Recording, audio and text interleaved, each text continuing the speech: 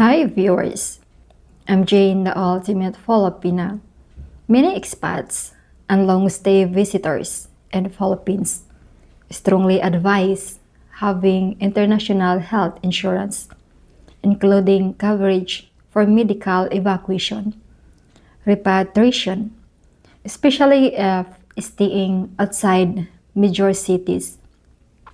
Today, I'm talking about that advice. It's applicable. It's serious.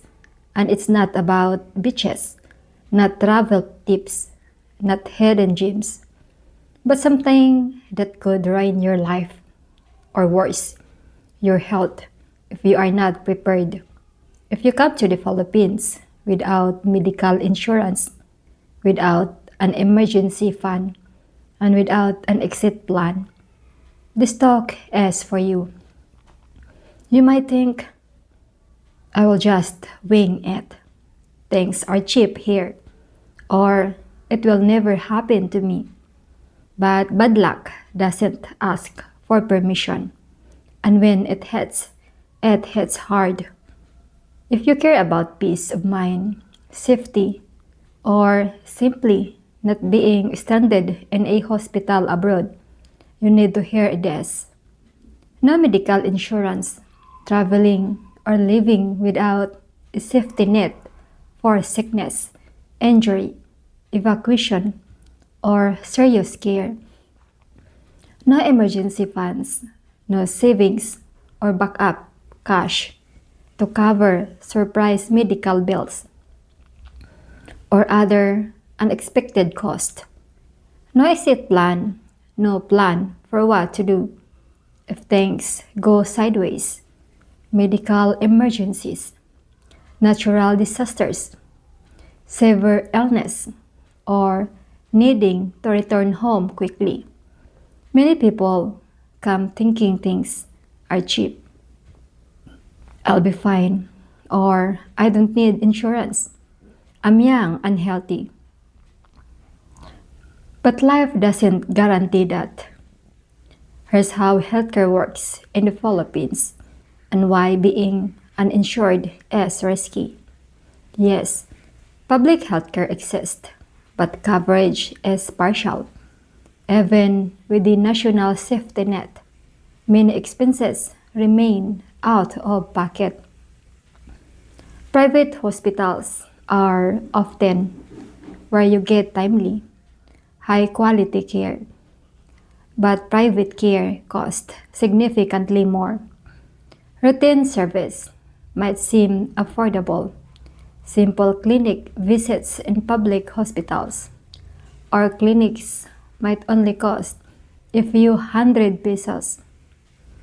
But once we're talking about emergencies, surgeries, hospital stays, diagnostics, complicated treatments, costs escalate quickly.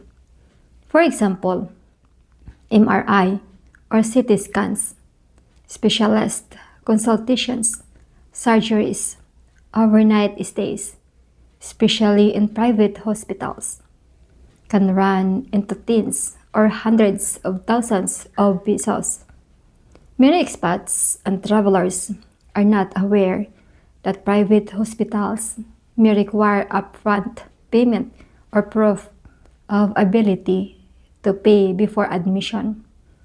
Moreover, outside major urban centers, Metro Manila, Cebu, etc., healthcare quality drops significantly. Fewer specialists, outdated equipment, limited emergency service. So, yes, there are hospitals and clinics, but being without insurance and funds in a serious situation can be extremely dangerous. Let's imagine a few scenarios. You sleep on a wet floor at night, a simple broken bone or deep cut, nothing you expected. You are rushed to a private hospital. They ask for a deposit. You don't have enough. You delay or decline treatment. Risk, infection, permanent damage, even death.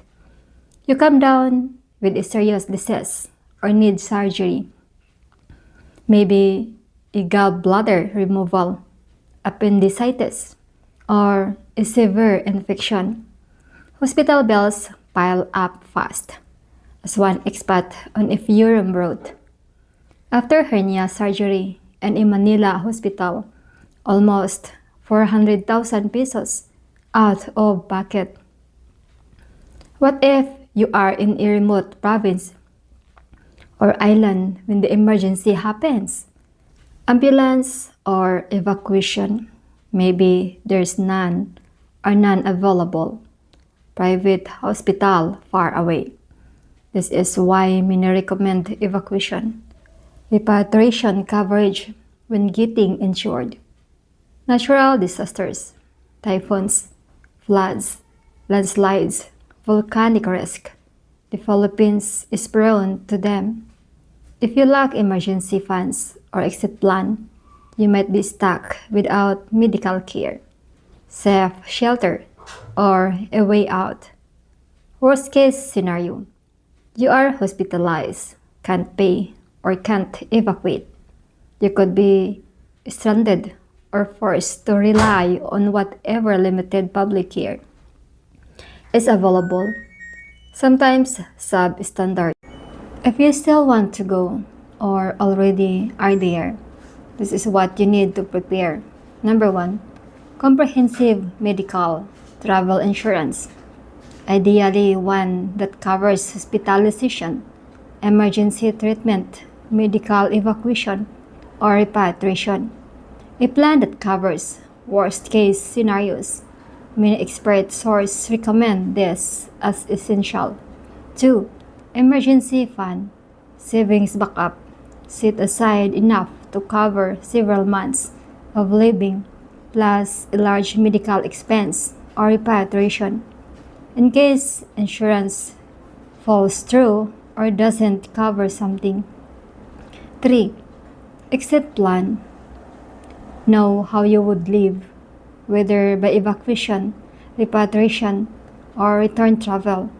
Keep passport copies, flight backup money, contact for emergency help, embassy, consulate contacts. Number 4. Risk awareness and contingency. Mindset. Know the pitfalls. Healthcare quality varies. Not all areas are safe.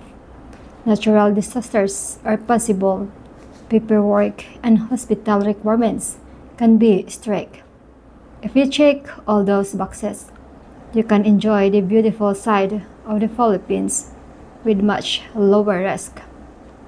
Tourists and short-term visitors, listen up. Digital nomads, remote workers, long-stay travelers, expats and foreigners considering relocating, retirees seeking a lower cost of living. Basically, anyone thinking shorter-term savings or tight budget is enough because things are cheap. If you are young and healthy, you may be fine for a while, but risk accumulates. If you get older or just unlucky, you will regret not preparing. If you are not prepared, don't panic. Do what you can. Look into travel or international health insurance plans. Now, even short-term ones are better than nothing. Start building an emergency fund. Put aside a bit each paycheck. Treat it like a recurring expense. Document and organize your exit plan, passport scans, embassy, consulate contact, flight standby option, emergency contacts. Minimize risk. Avoid reckless behaviors, dangerous areas, high-risk activities without coverage. Some protection is better than none. I'm not trying to scare you off the Philippines. I want you to respect it and prepare. It's a beautiful country with warm people and amazing opportunities. I'm not denying that. But don't treat it like a carefree vacation if you don't have insurance, savings, or backup. Because when life hits, and sometimes it does, you don't get a second chance.